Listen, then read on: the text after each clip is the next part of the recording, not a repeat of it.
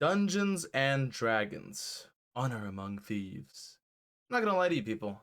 I have not. This movie wasn't necessarily on my radar. My friend wanted to go, and I was like, "Yeah, screw it, we'll go." He's a big into those dungeon crawlers, into those video games in that world. Well, I'm into video games too, but we're not here to talk about that. Look, listen. The point is, he was looking forward to seeing this. I wasn't necessarily jumping at the bit to see it, but see it we did, and boy, am I pleasantly surprised. The thing about going into a film with zero expectations is that if you're left down, you're whatever. It doesn't matter. Like you can just go home, sleep it off, and forget about it. But this one was actually notable in that it left a mark on me. So let's talk about it. For those of you who know tons about Dungeons and Dragons and that lore and stuff, the only thing I know is that when you play it in person, it's called a campaign, and it can go on for weeks and even months, and that's about all I know about it. All right, but I know fantasy, and that's about it. So here we are. Basically, the movie is like starring Chris Pine, Michelle Rodriguez, among some other stars you may or may not know. And all you really need to know is that Chris Pine and Michelle Rodriguez's character are an unlikely duo who found each other after tragedy befell them both, yada yada yada. Chris Pine character is basically trying to get out of prison and win back the love of his daughter after he went on a quest to try and save his dead wife, who his daughter never really knew. And you have to go on a bunch of hijinks and quests, if you will, to complete said mission. Um, the comedy in this movie does it for me. I mean, it's understated. I had to look up who wrote this. Apparently, it's Jonathan Goldstein and John Francis Daly and Michael Giglio. And it was also directed by the first two gentlemen. You might know them from Spider-Man: Homecoming and writing Game Night, Horrible Bosses.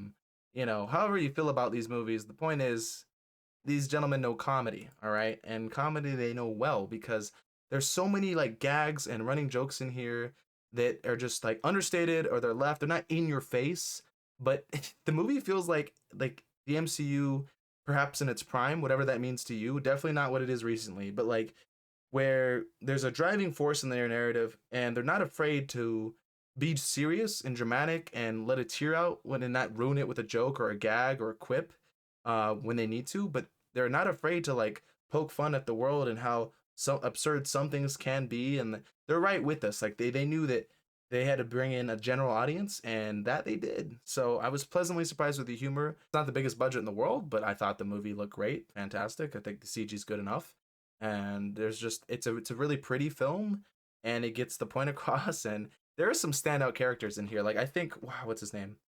Hugh Grant as Forge, as like the evil Scar of it all, who's like kind of, taken over the little land or whatever, and is being manipulated, and is holding control of Chris Pine's daughter, like manipulating her, or whatever.